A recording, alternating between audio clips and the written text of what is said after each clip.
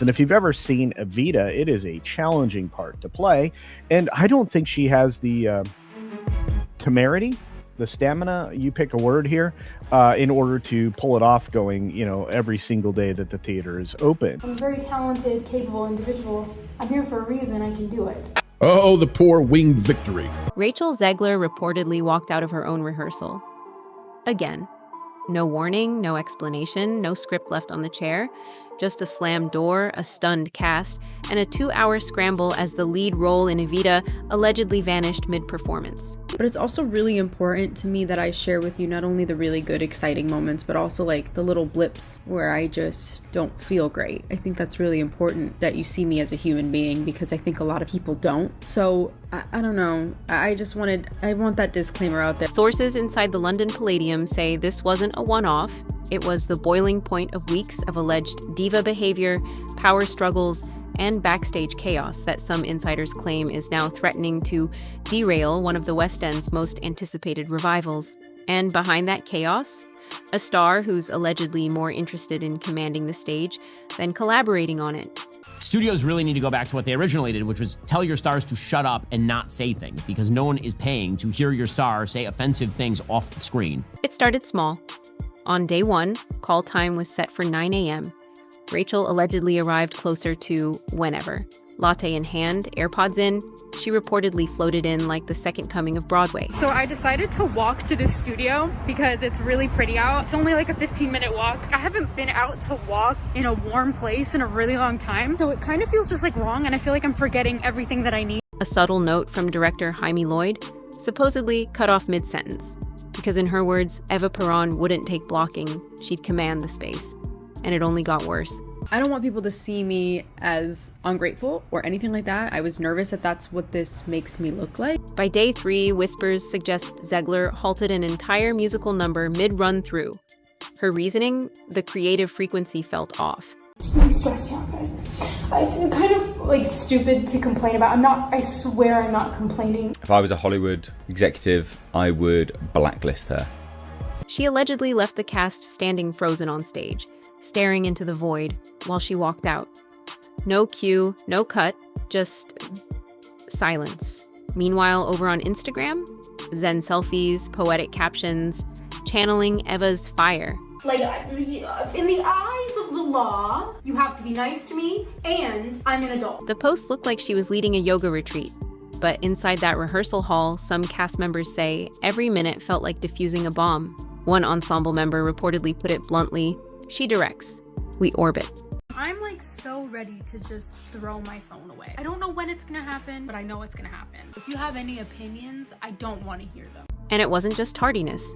Zegler is said to have started questioning everything, line by line, beat by beat, from Eva's Argentine accent to the ensemble's breathing rhythms. One of the musicians allegedly suggested adjusting a vowel to blend the harmonies. Zegler reportedly snapped, "Blend is for backup vocals. I'm narrating history."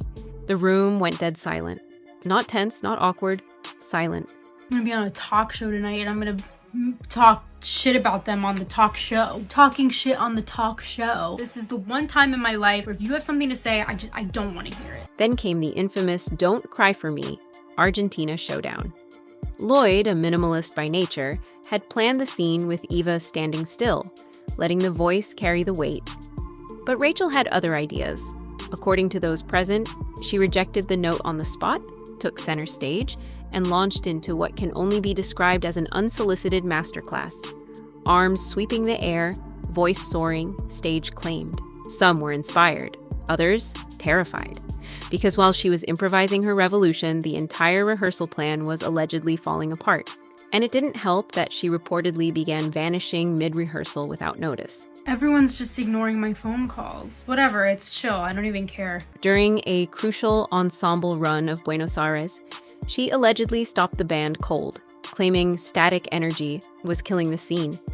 Then, in front of everyone, she removed her mic, left the stage, and disappeared. No 5-minute break.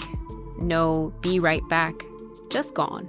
I don't want people to see me in a weakened state. They call it the blackout now.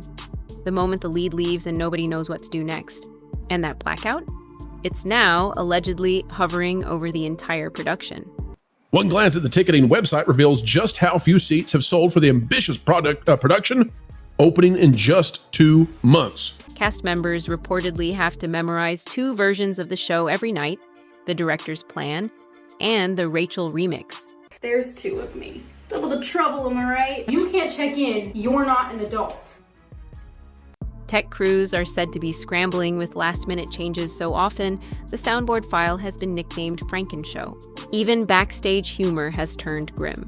Spare mic packs are labeled Contingency RZ, and the lighting team, they've supposedly started calling last-minute shifts Zegler adjustments. It is looking like Rachel Zegler's opportunities in Hollywood are officially on life support. But what's not a joke? The production is reportedly bleeding money, and lawyers may already be circling. Last week, a closed-door meeting inside the Palladium allegedly sent shockwaves through the company. Director Jaime Lloyd, 2 top producers, a union representative, legal counsel on speakerphone. According to insiders, Zegler's contract was dissected line by line. Terms like material interference and pattern of disruption reportedly came up. One brutal question allegedly echoed through the room.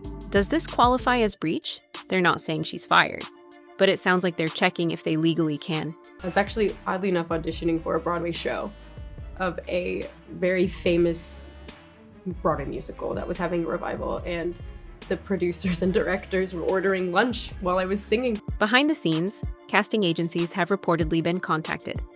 Purely exploratory, say the producers, but actors on the West End circuit are allegedly getting discreet pings. Age 20 to 35, Latin background, mezzo-soprano with star power. It doesn't take a genius to guess what role they're trying to fill. I'm feeling very nervous about tonight. I'm feeling like I am not funny at all. Inside the casting office, rumor has it there's already a tab labeled Plan B. One dresser reportedly posted a photo of it to their close friends' story with the caption, "Choose your fighter." It was deleted in minutes, but screenshots don't disappear. Honestly, I thought I would be a lot more terrified. Still, Zegler's PR machine hasn't missed a beat. Instagram carousels, misty-eyed selfie videos, captions about finding Eva's heartbeat in stillness. But the comments underneath tell a different story. Deleted questions, blocked users, and now a flood of archived receipts from watchdog accounts keeping score. I'm the kind of girlfriend who's like laying in bed at night and then he's falling asleep and I'm like, what if the world ended tomorrow? I am that. I'm keeping him up with. Meanwhile, Evita's ticket sales are reportedly sliding into clearance mode. Promo codes are flooding inboxes. Premium seats are now available for 2-for-1 Wednesday deals, and the show hasn't even opened yet. Theater blogs are tracking it in real time. One popular site is refreshing its heat map hourly, and Evita's orchestra section looks less like a sellout and more like a salad. A whole lot of green and not enough red. I get stopped for photos every time I'm online for the Snow White ride, and I have to pretend like, oh God, well, crazy that we're in front of this. Wait, how often are you in line for the Snow White ride? I'm a narcissist. To address the elephant in the room. I'm the hottest person in the world. Cue the laugh. Like, who has been the most exciting person for you tonight? Oh my God. Besides me. Took the words out of my mouth. Besides. I'm a narcissist. I will elbow everyone out of the way to play the part. It's Hollywood, baby. What an idiot I've been as a young person in this industry who has no filter and no idea what she's doing. I don't need your business. Thanks. And everything I do, people will wait in line to see. Who's the Disney character you identify with most? Mickey, Nemo, Peter Pan, or Dumbo? Dumbo. That's sad, but yeah, like... The production team is allegedly trying to spin it.